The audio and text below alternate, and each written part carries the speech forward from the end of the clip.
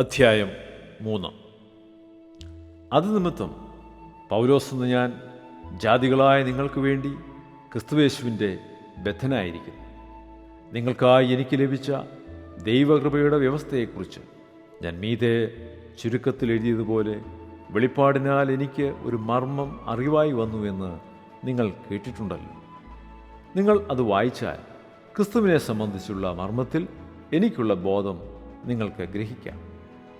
ആ മർമ്മം ഇപ്പോൾ അവൻ്റെ വിശുദ്ധ അപ്പോസ്തലന്മാർക്കും പ്രവാചകന്മാർക്കും ആത്മാവിനാൽ വെളിപ്പെട്ടതുപോലെ പൂർവ്വകാലങ്ങളിൽ മനുഷ്യർക്ക് അറിവായി വന്നിരുന്നില്ല. അതോ ജാതികൾ സുവിശേഷത്താൽ ക്രിസ്തുയേശുവിൽ കൂട്ടവകാശികളും ഏക ശരീരസ്ഥരും വാഗ്ദത്തത്തിൽ പങ്കാളികളും ആകണം എന്നുള്ളത് തന്നെ.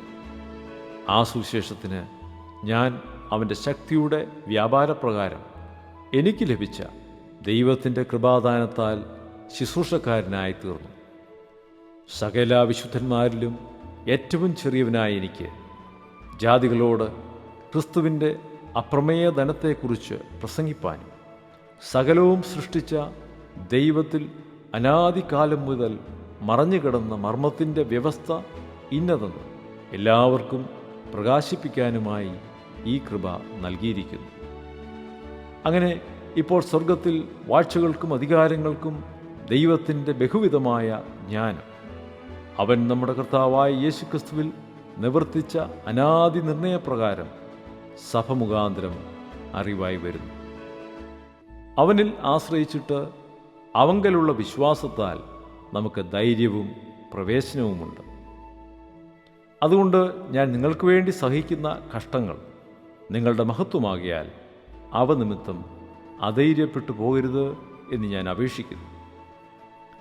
അത് നിമിത്തം ഞാൻ സ്വർഗത്തിലും ഭൂമിയിലുമുള്ള സകല കുടുംബത്തിനും പേർ വരുവാൻ കാരണമായ പിതാവിൻ്റെ സന്നിധിയിൽ മുട്ടുകുത്തുന്നു.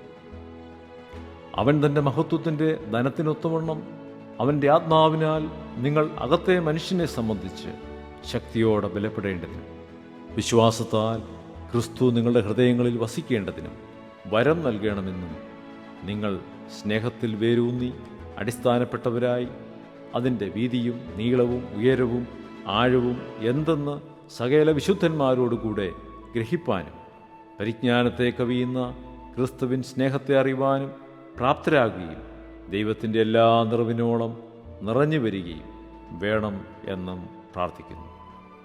എന്നാൽ നാം ചോദിക്കുന്നതിലും നനയ്ക്കുന്നതിലും അത്യന്തം പരമായി ചെയ്യുവാൻ നമ്മിൽ വ്യാപരിക്കുന്ന ശക്തിയാൽ കഴിയുന്നവന് സഭയിലും ക്രിസ്തുയേശുവിലും എന്നേക്കും തലമുറ തലമുറയായും മഹത്വമുണ്ടാകട്ടെ. ആമേൻ.